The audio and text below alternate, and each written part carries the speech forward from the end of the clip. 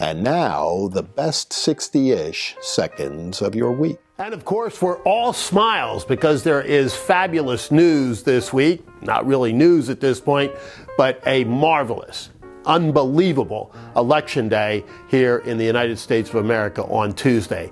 And Donald J. Trump becomes only the second person in history to serve in the White House for 2 non-consecutive terms. Grover Cleveland did it over a century and a quarter ago in the closing days of the 19th century, but that situation was so much different. He didn't have to put up with what Donald Trump had to put up with in the intervening 2 years, where his political opposition came over and tried to, first of all, bankrupt him and then weaponize the Justice Department to try to criminalize him, actually got a felony conviction against him, which in some respects worked to his political advantage. Then they tried to assassinate him.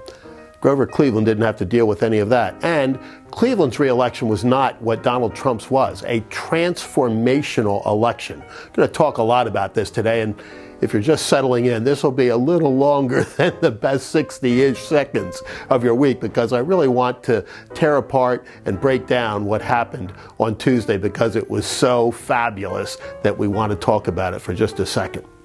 And when I say it's a transformational election, I'm talking about a new coalition. We've talked about that throughout the campaign, how the Republican Party is not the Republican Party of our fathers or grandfathers, not the silk stocking country club Brie and Chablis set, but much more a working class, populist, knit-up coalition which Donald Trump cemented or began to cement on Tuesday, doing much better with African Americans, with Latinos, with younger voters, with Jewish voters, with Asian voters, and, yes, winning white suburban women. We'll come back to that, but after all the palaver about soccer moms and white suburban women, Donald Trump carried that voting bloc. And that's very, very significant because we once talked about a big tent party. That was the Ronald Reagan days. Well, Donald Trump made it a bigger tent party and brought in voters that had not historically been part of the Republican coalition. You know, I think back to Kevin Phillips,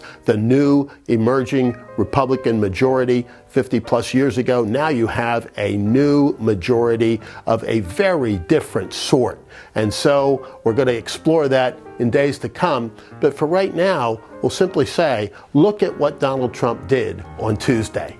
And yes, it was a transformational election, and you saw the Reagan Democrats now transformed into Trump Republicans. But it was also a fundamentals election, and that is something that Republicans are going to have to focus on for the future, building even greater that coalition that's now been knit together, broadening it, strengthening it, making it more cohesive and more active. And, you know, folks asked me all along, Charlie, why are you so bullish on the Trump campaign? Because I always was, and said that each week here on the best 60-ish seconds. There were several reasons. One, the numbers said that 7 out of 10 Americans, and virtually every poll said this, 7 out of 10 Americans thought we were on the wrong track. That was never going to bode well for the Democrats, whether Joe Biden was their candidate or Kamala Harris. Second, you had Joe Biden with the lowest approval ratings of any president sitting at that stage in their tenure as president. That didn't bode well for either Biden or for Harris. Then, of course, when they pulled the coup and supplanted Biden with Harris, you had Kamala herself, who has never done well once voters got a chance to really take a look at her. If you remember a couple of years ago, she was vaunted as this great, next generational leader for the Democrats, and she was going to do so well, and she had all this money and all this and that, and she never even got to the voters. She dropped out before the Iowa caucuses. And again this year, once people really got a chance to look at her, you saw that there was nothing. She was completely vacuous, no policy, no real sense of direction for the country, and voters saw through it. And then there were the campaigns themselves, and bluntly, the Democrats simply misread the American electorate. They somehow thought that people believed that if we had more abortions in this country, that their lives would somehow be better, that their grocery bills would be easier to pay and their gasoline cheaper to purchase. That wasn't where people were thinking. They were focused on the economy, on the southern border, and on international policy. And Kamala Harris and the Democrats simply didn't want to talk about that. They wanted to trot out entertainers to sing and dance and tell stories for voters, and they wanted to focus on, quote unquote, reproductive rights, meaning more abortions, and that simply wasn't where the mind of the American people was. But Donald Trump was focused like a laser beam on what people really cared about.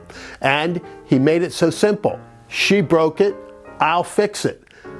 Voters respond to that kind of message, and they did. They also responded to his energy, a man who they were going to try to criticize for his age. And let's just say this, it was never about Joe Biden's age. It was about his vitality and his mental capacity that voters had concerns, not nearly his chronological time on earth.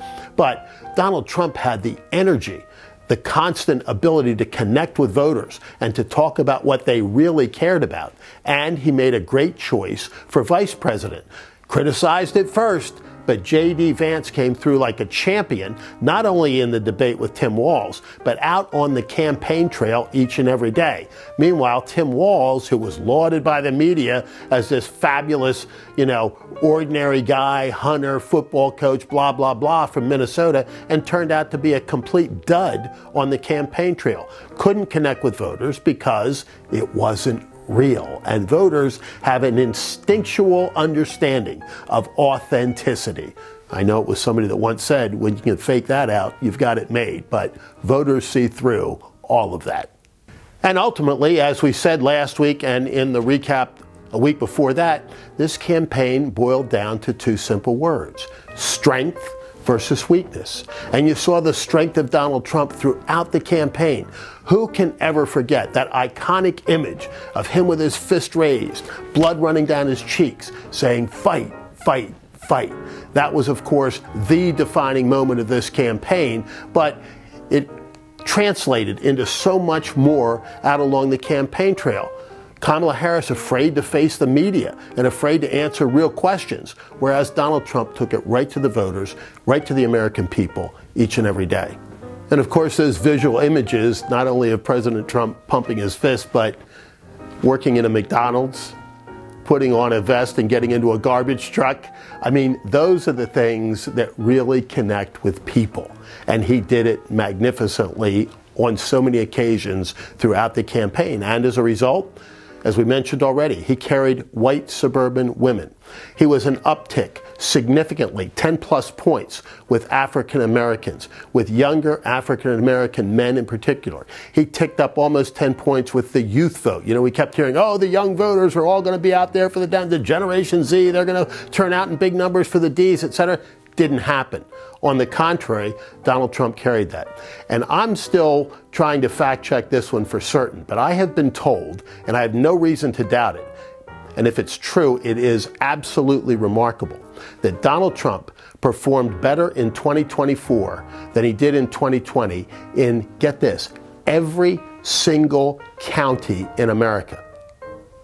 I want to say that again, every single county in America. There are 3,244 counties across this great land, and from what I'm told, and again, I stand to be corrected, but Donald Trump outperformed himself in every single one. That is truly amazing. And as a result, the Trump team, led by President Trump and J.D. Vance, now has a true mandate for leadership. This isn't some squeaker election.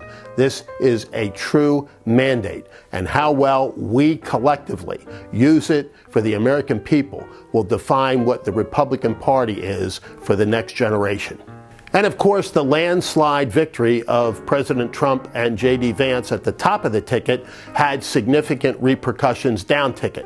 And I just want to say, for the folks that ran down ticket, they all ran their own impressive campaigns. But it didn't hurt to have Donald Trump and J.D. Vance sweeping at the top of the ticket. And so Republicans managed to flip 4 Senate seats in West Virginia, which was expected, in Ohio, which was a little more shaky, and in Montana, and most notably in Pennsylvania. A thrilling win for Dave McCormick. And let me just say a quick word about him, because I think he's going to serve with great distinction in the Senate and be a national leader, if not overnight, in a very short period of time. Dave McCormick ran the strongest retail politics campaign I've ever seen. And I've been around the block a couple of times and been involved in more than one or two campaigns, but he was indefatigable. He got on that bus, went to every little hamlet, village, and town, as well as the major cities and the suburbs, virtually every single day. And you know, you can't make that up.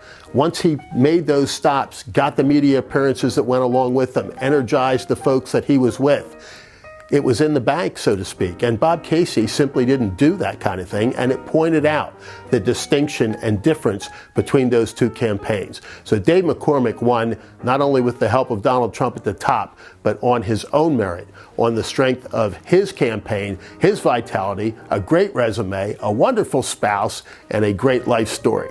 And just another side note on down-ballot races, because I'm a Pennsylvanian, I'll mention what happened in my home state of Pennsylvania, where Republicans traditionally have not done well in presidential races. Donald Trump won the state for the first time since George H.W. Bush did back in 1988 when he won in 2016. He's now won it twice. Some people would say more, but at least twice in the last 8 years. And down-ballot, statewide, the row offices, attorney general, auditor general, state treasurer, all went to the Republicans. In the United States House, the Republicans in Pennsylvania picked up two very important seats, winning seats in the Lehigh Valley, Allentown, Bethlehem area, and up in the Northeast Pennsylvania, the Scranton area, for a +2 for Republicans, while defending the seat of Scott Perry, who was under constant attack from left-wing liberal Democrats across the country. Let me just say this parenthetically. I don't want to get too far into the weeds on my own congressional district, but Scott Perry had to put up with insults and assaults of an uncommon nature. And he was faced with an opponent, Janelle Stelson, who didn't even live in the congressional district. Think about that. Some people called her a carpetbagger. Well, you're not really a carpetbagger unless you actually carry your bag into the district and take up residence there. She never did that. She simply interloped, came over and campaigned against Scott Perry on a whole list of accusations, etc. But in the final analysis, when her campaign didn't look like it was over the top, she ran what I believe is one of the most despicable campaign ads I've ever seen, and we've all seen a few. She accused Scott Perry of taking a, quote, government pension. Didn't happen to mention that that pension came from his 40 years of service to this country in the United States military, rising through the ranks to become a general officer and, of course, paying into that pension system each and every day of those 40 years. I can't think of anything more crass than that. And through all the vicious attacks, being called a Nazi, a fascist, his supporters being called garbage, and everything else that we went through this year, Donald Trump rose from where he was to become the 47th president of the United States, and with him, create a new opportunity for conservatives, Republicans across this land and in other places in the world. Because as I noted before, in my native land, Brazil, people there asked me constantly when I was down there this fall, is Trump going to win? Is Trump going to win? Is Trump going to win? Because he was their hope for their elections in 2 years. And I just want to mention this one final time. The defining moments of this campaign. For Donald Trump, I don't think there's any question that it was when he rose after being shot in Butler, Pennsylvania, to pump his fist and say, fight, fight, fight. What was the defining moment for Kamala Harris? I still believe it was when she went on that interview and was asked point blank, what would you do differently than Joe Biden? And she said, I really can't think of anything. That struck a chord with the American people who had it with the failures of the Biden administration and the reason that they said that the country was on the wrong track in record numbers. And so that was why we got what we did on Election Day. And now we have the defining moment of the best 60-ish seconds. Stay tuned. And of course, a lot was made of the media throughout this campaign. 95% of their reporting anti-Trump, almost an equal number pro-Harris, including some of the worst things you've seen since CBS tried to doctor tapes, et cetera, et cetera. But we don't want to talk about that. We want to take a moment from past media. Karnak, which some of you picked up on last week, who would hold that hermetically sealed envelope to his head and tell folks what was inside. I won't do that, but I will open what you've all been waiting to see, the envelope, which says this is what is going to happen. This was sealed. Do not open until after November 5th, 2024, and this is obviously after that.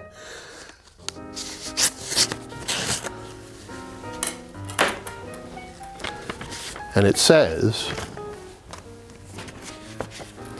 2024 results.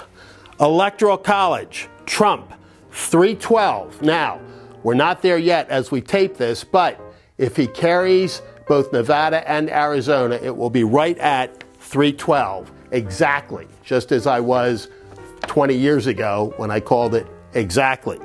Popular vote, I'm off a little bit here, but the margin is still the same. Donald Trump winning the national popular vote by roughly 5 million votes. And if you think I cheated on this, Jada, who runs the camera here, will tell you that she saw a piece that I did back in early October, to which I signed my name for one of my buddies with the roughly same numbers. Then I had to also predict the Senate. I said the Republicans would have 53 seats after Tuesday night. It now looks like they'll have 54, but pretty darn close, because for government work, that isn't too bad. And that, for now, is the best 60-ish minutes of your week.